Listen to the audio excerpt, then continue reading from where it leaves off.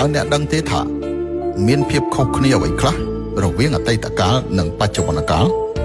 កាលពីមុនមនុស្សក្រណាស់ប៉ុន្តែពួកគេស្មោះត្រង់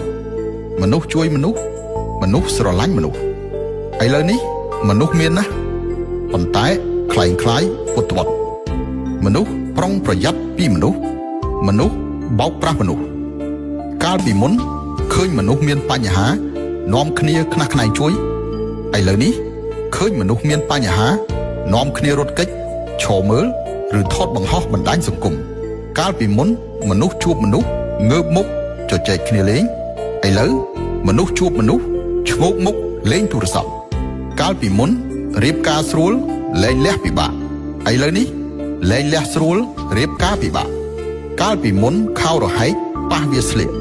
ឥឡូវនេះខោមិនទាន់រហែកបែរជាហើយវាស្លៀកកាលពីមុនពេលកូនធំពួកគេខិតខំចេញទៅរកលុយយកមកចិញ្ចឹមឪពុកម្ដាយឥឡូវនេះឪពុកម្ដាយខិតខំរកលុយយកមកចិញ្ចឹមកូនកាលពីមុនកូនរៀនគ្រូលំបាកឥឡូវនេះកូនរៀនឪពុកម្ដាយលំបាក